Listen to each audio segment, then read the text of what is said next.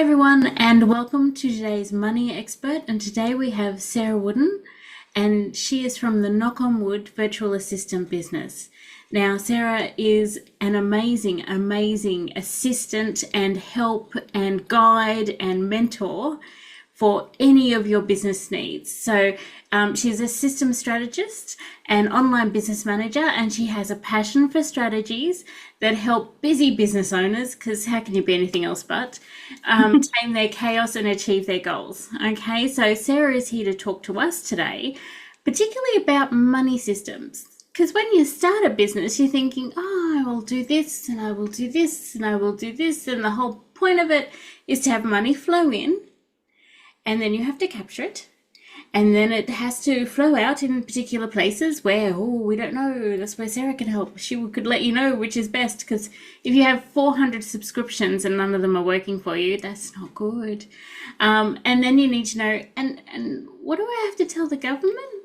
So there's lots of ways money flows in and out of your business, and you really need some sort of system, some way of looking and knowing. So, Sarah, thank you very much for coming today.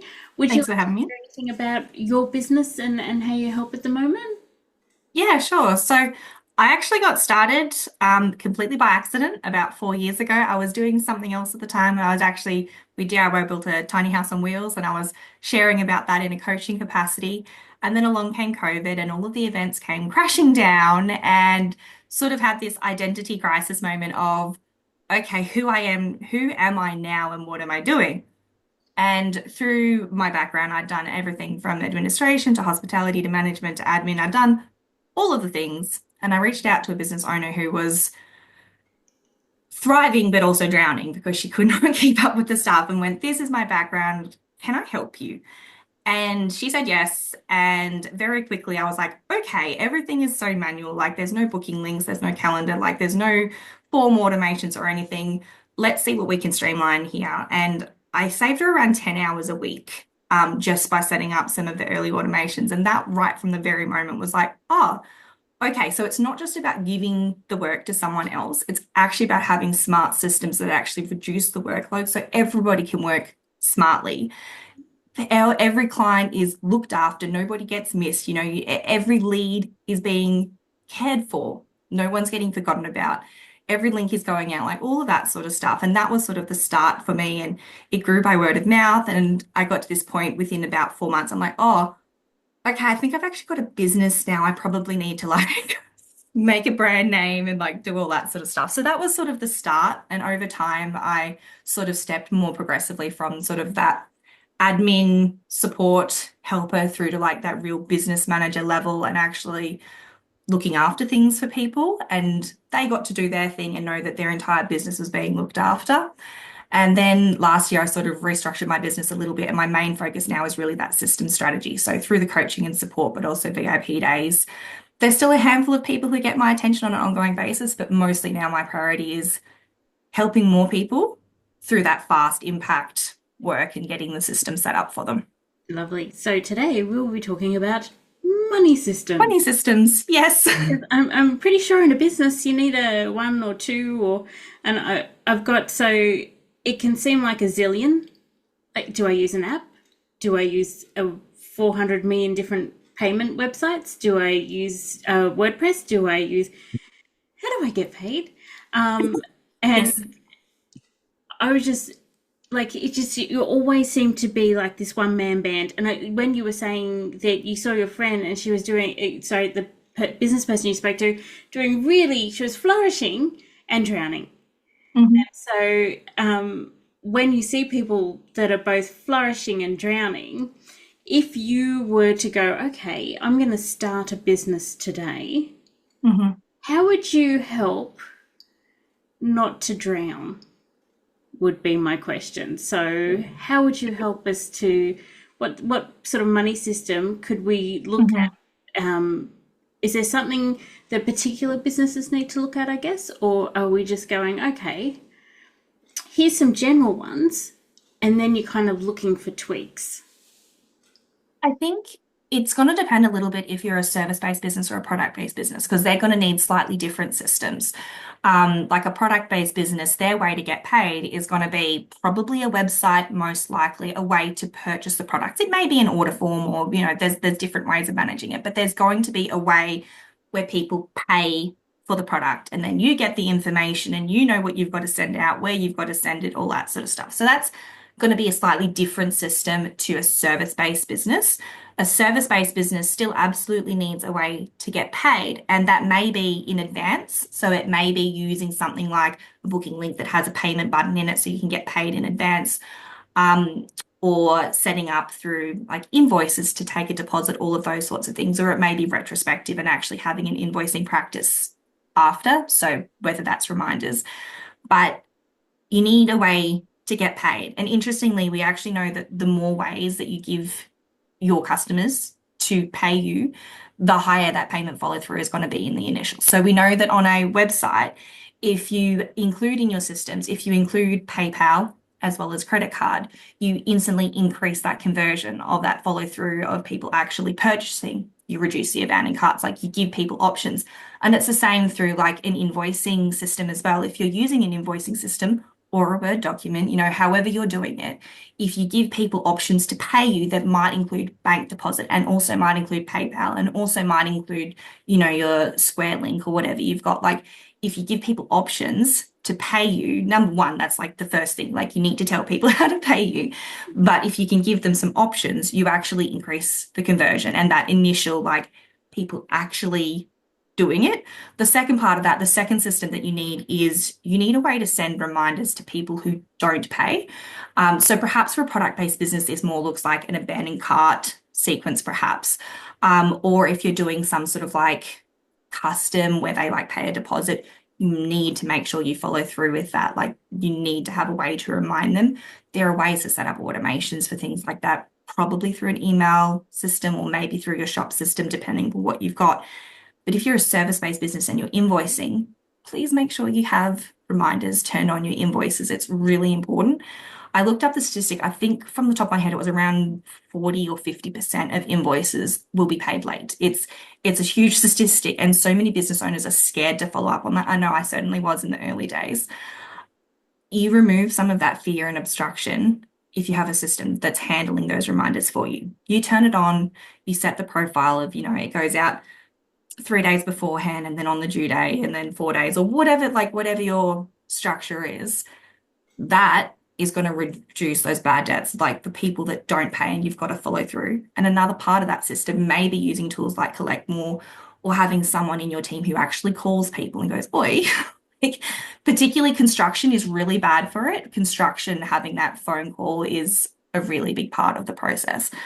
So that's sort of like the two parts of getting paid is giving people a way to get paid, giving them a way to pay you, giving options, but also making sure you've got some sort of follow-up process, even if that is just having a reminder in your calendar that once a week you go through and you review who hasn't paid and you follow up. Like whatever that looks like for you, the system needs to be there. Certainly, you can make it harder or easier on yourself. Exactly. I know people who have had amazing Excel spreadsheet bookkeeping. And that's because they have the time to be able to put into that. And I know people who have had zero and completely fall apart and lose it and not set up the reminders on it. So it can get really quite complex, and there may come a point after you, even if you're perfect and you've got all your reminders set up and you've got everything going out, there may come a point where you have to talk to someone. So as a business owner, you then have to have sort of the system in place for, okay, that automated system, tickety boo, awesome, lots of people pay on it. What happens to the people who don't then pay on that? And that's when, you sort of got to grid your loins a little bit and go, I'm going to have to talk to someone and get that payment, because I've worked for engineering firms and architecture firms, and it's just, they're big money. And there are absolutely VAs out there who do ad hoc work doing that sort of follow-up. So if that just feels really scary to you, reach out. There will be someone who you can pay ad hoc for a couple hours to go back through all of those invoices and do that follow-up for you. And have some conversations. Yeah. It always amazes me when people look at sort of the flow of the money. They've got the money coming in and the way to ask for it, and then a Hmm. way to capture it, and Hmm. then a way for you in your business to send it out in the things that you need because you're not just a little island. And then there is the talking to the ATO. Hmm. So, and that's where, as a bookkeeper, I would make sure that those systems, and that's when, like, speaking with you, Sarah, and you would make sure those systems are working for the business. And then I make sure that the business is meeting its regulatory requirements if I was bookkeeping for them. And then an accountant would go through and have a look at those systems and make sure from go to woe, they're like, yep, okay, you've captured everything. And we can send this to the ATO. So there is quite a lot of detail and finesse to it sometimes that people don't quite understand when they think, I'm going to start a business. Hmm. It's, I've done that. I'm going to start a business. I was like 20. And it was before I was bookkeeping and stuff. And I did not think of any of those things at all. So it's a good idea. Would you say, like, if you're starting up, just to have a little bit of a concept? Or do you need to chat to someone? Do you need to have everything perfectly in place? How would you go with systems if you were starting up right now? Hmm. What would you think the bare minimum was that you'd need to say have? I would say if you're a service-based business, you need to have a way to record who you're talking to and when you need to follow up with them. Like if you've said that you're going to send them, a proposal, whatever, like you need to track who you're talking to, how you can contact them, all that sort of stuff, like that sort of non-negotiable. And that might be as simple as a Google spreadsheet. There's nothing wrong with that. I'm a really big fan of Airtable. I find it just a little bit prettier and a little bit smarter than Google Sheets, but whatever works. If you're a product-based business, really making sure you're tracking the ingoing costs that are actually going into the products you're developing and the outgoing cost. In addition to that, some sort of way to like note down the tasks that you've got due. Again, document notes on your phone, whatever you've got works just fine. I'm quite happy to like strategize with people and work out the best system for them. But honestly, even a sticky note, if that's what you need to start with, like just make sure you know who you're talking to, you know what you need to do and when it needs to be done, and you're keeping an eye on your expenses. And to further that, one of the things that I'm really big on is when I'm working with businesses and I'm like looking at their tech stack, is the first thing we do is we write down all of the technology they're using. And I'm not just talking the paid stuff, I'm talking the free stuff as well. But then go further than that and actually go and explore all of the features that that tool actually has. And quite often you will find overlaps. And often these will be overlaps between things you're paying for. So places where you're paying for the same function in multiple places. Often we can streamline that tech stack just by going and exploring the tools that you have. Maybe you did explore it when you first got it, but developers are always trying to make their tool the best. So they will constantly be adding new features and there will always be new things coming out that you can like go and play with. So the ability to condense your tech stack actually gets better as time goes on. So go and review it, understand what value it is serving for you, not just like how much it costs, but actually what does that do for you? Because we need to be able to look at that and go, yes, that's $40 a month, but it saves me 3 hours every month because it makes the podcast auditing process that much, podcast publishing process that much faster, whatever it is, like understand the value that it brings. And so once you've got sort of all of that, now you actually know what it's costing for your tech stack. Go through and add the subscriptions. The subscriptions is where businesses get really stuck because, especially a brand new business, you're so keen on learning and you want to know more. And so you plug into this subscription, and they're all great, but that needs to be kept in check with what the business is actually costing. And I see businesses, and this was me too at one stage, everything looked great on paper. Square was ticking off. I had all of this money coming in, but then all the money went out. And very quickly, I wasn't paying myself because I didn't actually really understand the cost of what it was actually taking to run the business between the technology and the subscriptions and the insurance and the membership and that bit aside for tax and, all of that sort of stuff. Very quickly, there was nothing left for me. So when do that tech audit, understand the software that you're using and if there's any places you've got overlaps, if there's anything you can be using better, understand the value and make sure that you then go also have a look at the subscriptions and the apps and all the other things that you've got so that you really understand the expenses. If you do nothing else, start there. So, Sarah, just say I have started and I have got Hmm. a few systems. Can I email you, give you a call? Could you help me work all that out? Is that possible? Absolutely. So there's a couple different ways that I can help people. I've built this money calculator, which I know you've seen glimpses of, Roz. So it's got all the funky formulas in behind it. So it will actually work out the expenses. I've got a sheet there for that. And it will actually retrospectively push that into your rate. So you can, this is more built for service-based business than product-based businesses. But so you can go, this is how much I'd really like to be earning. This is how many hours I have available. This is how much I need to put aside for for tax. This is how much I want to put aside into other things, profit, savings, Super. emergency fund, super, all of that sort of stuff. Yep. And now it'll go through and add the expenses in and give you a recalculated rate that actually takes all of that into account, because it's no good going, I have this many hours and I want to make this much, so therefore this is my rate. So I built that. That's a grab and go. If you just need that, So, that's and what there. I'll do, Sarah, it was all this, I Hmm. will put whatever links you've sent me, so I'm happy to put that sheet up because it is a really great idea. And I Mm. think, so in the money biz, what we Hmm. call what a business has to pay, we call them overheads. And a Hmm. product-based business has very different overheads to a service-based business. And so, especially with your spreadsheets, Sarah, to be able to see as a service-based business, what are my overheads? And I love the way you said about the audit of the Hmm. systems that you've got to see, well, where am I doubling up?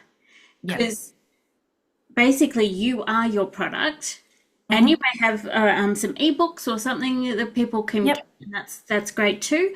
And so although you have those, you're not necessarily a product-based business, you're still a service-based business. Those products are your IP, they're your intellectual property, and you're still selling part of you. That's just automated and hopefully easy, and hopefully you have really good systems and it's all flowing really, really well. So, yeah, overheads are different. And I think speaking with someone like Sarah to get a really clear Hmm. understanding of, okay, this is the type of business that I have, Yep. and these are the kind of systems that I have. These are the kind of systems that I could have and do need. And then Yes. making that all work is just so key. So And that's where a call comes in. So there's a contact form on my website, jump on there. And one of my big passions is making sure business owners have the right tech stack and they have the right systems.